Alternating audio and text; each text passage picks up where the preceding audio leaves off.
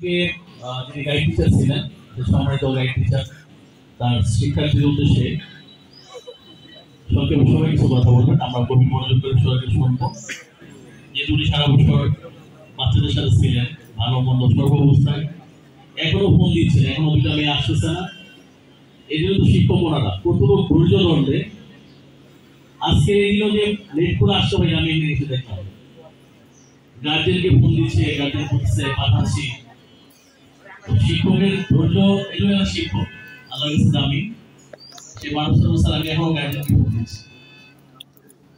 স্যারকে অনেক ধন্যবাদ বাচ্চাদের পিছনে মেহনত করার জন্য। আমরা সবাই স্যার থেকে বেনিফিট করতে পারলাম। বিসমিল্লাহির রহমানির রহিম। ধন্যবাদ স্যারকে আমাকে কিছু কথা বলার জন্য। চারমা গ্লোরিয়াস স্কুল কর্তৃক আয়োজিত এসএসসি পরীক্ষা 2025 শিক্ষার্থীদের বিদায় অনুষ্ঠান। আজকে আমাদের জন্য একটি বিশেষ মুহূর্ত। তোমরা যারা বিদায় নিচ্ছ, তোমরা এই স্কুলে বিগত 10-12টি বছর তোমরা শিক্ষা গ্রহণ করেছো। এই শিক্ষা গ্রহণের পিছনে তোমরা অনেক মেহনত করেছো। এই মেহনতের ফল আজকে তোমরা 2 দিন বাকি আছে এসএসসি পরীক্ষার, তোমরা পরীক্ষার সামনে উপস্থিত হবে। আমি তোমাদের কিছু কথা বলতে চাই। আমি যখন 2024 সালে যখন তোমরা 10-এ উঠছো, তখন আমি তোমাদের মানে এসএসসি মানে 10ম শ্রেণীর দায়িত্ব দিয়েছে আমাকে স্কুল থেকে। আমি তোমাদের বিগত 1 বছর তোমাদের ক্লাস টিচার হিসেবে দায়িত্ব গ্রহণ করেছি। এখানে আসলে অনেক চ্যালেঞ্জের মধ্যে আমাকে 1 বছর পার করতে হয়েছে, যেটা না বললেই নয়। মানে আমি অনেক বেসিক আমার হাত থেকে পার হয়েছে, কিন্তু আমার মানে আপনাদের মতো এরকম অনিয়মিত ব্যাচ আসলে আমি আর কখনো পাইনি, যেটা আমাকে অনেক চ্যালেঞ্জের মুখে আমাকে 1 বছর পার করতে হয়েছে। এখনো আছে স্টুডেন্ট যারা এখন এই বিদায় অনুষ্ঠান, দোয়া অনুষ্ঠান, সেখানে এখনো উপস্থিত হয় নাই। এটা আসলে মানে অনেক বড় কষ্টের, অনেক বড় বেদনার। এখনো ফোন দিতে হচ্ছে যে এখনো কেন আসতেছে না বিদায় অনুষ্ঠান, দোয়া অনুষ্ঠান। গার্ডিয়ানও আসে না, স্টুডেন্টরাও আসে না। যাই হোক, এখন বিদায় মুহূর্তে আর এত কিছু বলতে চাই না।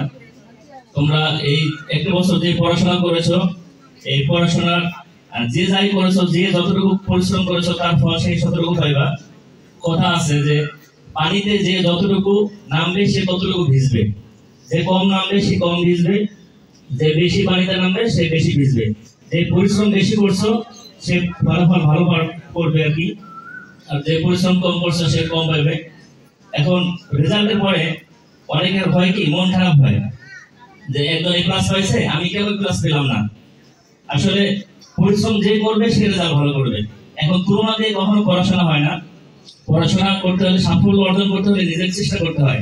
চেষ্টা যে যত বেশি করবে তার রেজাল্ট আল্লাহ তাকে ওরকম দিবে। পরিশ্রম আল্লাহ কখনো বৃথা দেয় না, ঠিক আছে? এই আর আমার সামনে উপস্থিত আছেন অভিভাবকরা। এই বিগত 1 বছর আমি আপনাদের সাথে মানে অনেক যোগাযোগ হয়েছে স্কুলের বিভিন্ন কার্যক্রমের জন্য।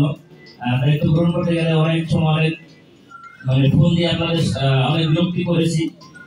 এই শেষ মুহূর্তে আমি আপনাদের কাছে ক্ষমা চাই। হয়তোবা আপনাদের ফোন দিয়ে অনেক বিরক্ত করেছি বা অনেক খোঁজ খবর নিয়েছি, হয়তোবা আপনারা অনেক বিরক্ত হয়েছেন, আমাকে হয়তোবা মানে আমার প্রতি অনেক রাগ করেছেন। আমি অনেক সময় আপনাদের সাথে একটু কড়াভাবে কথা বলেছি, কিসের কারণে? স্টুডেন্টদের পড়াশোনার মান উন্নয়ন করার জন্য আমি অনেক চেষ্টা করেছি। আপনারা যদি মানে কোনো কষ্ট পেয়ে থাকেন, আজকের এই অনুষ্ঠানে আপনাদের কাছে ক্ষমা চেয়ে নিচ্ছি, আপনারা আমাকে মাফ করে দিবেন। স্টুডেন্ট যারা তোমরা বিদায় নিচ্ছ, আসলে এরা বিদায় বলতে একটা স্টেপ পার করে তোমরা উন্নত মানে পড়াশোনার জন্য আরেকটা স্টেপে মানে পা রাখবে। যাই হোক, যে যতটুকু পড়াশোনা করেছো ভালো করে রিভিশন দিয়ে পড়াশোনায় পরীক্ষা অনুষ্ঠান করবা। আর স্কুল থেকে যে দিক নির্দেশনা দেওয়া হয়েছে, তোমরা যে আদর্শ শিখেছো এই আদর্শ ভবিষ্যতে কাজে লাগাবে। এরপরে বাংলাদেশ তোমার বৈষম্য মুক্ত বাংলাদেশ গড়তে তোমাদের সহযোগিতা একান্ত কাম্য। তোমরা ভবিষ্যতে অনেক উপরে উঠবে সেই দোয়া করি।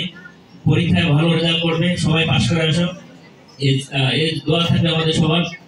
আর তোমাদের জন্য হেড স্যার মানে কি বলবো, হেড স্যার অনেক তোমাদের খোঁজ খবর নিয়েছে। আমি যেহেতু তোমাদের ক্লাস টিচার হিসেবে দায়িত্ব পালন করছি।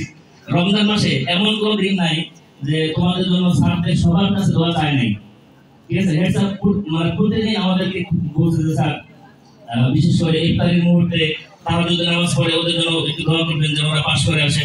এরকম হেড স্যার তোমরা পাইবা কিনা আমি জানি না।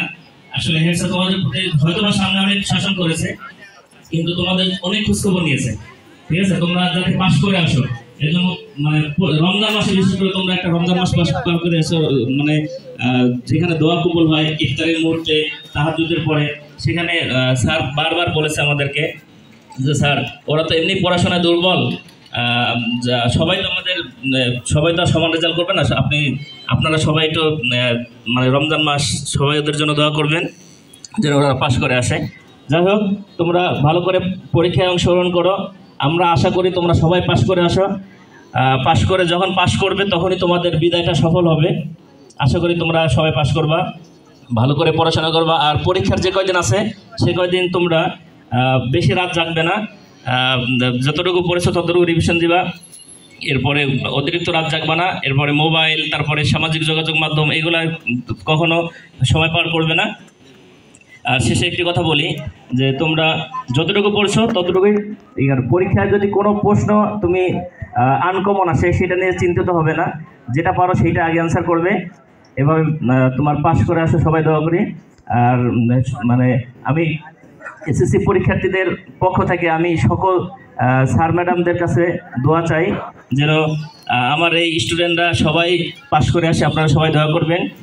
আর এখানে অনেক আমন্ত্রিত অতিথি আছেন, এই কষ্ট করে আপনাদের এই দোয়া অনুষ্ঠানে অংশগ্রহণ করছেন, সবার প্রতি আমি আন্তরিকতা ধন্যবাদ জানিয়ে আমি আমার সংক্ষিপ্ত বক্তব্য শেষ করছি।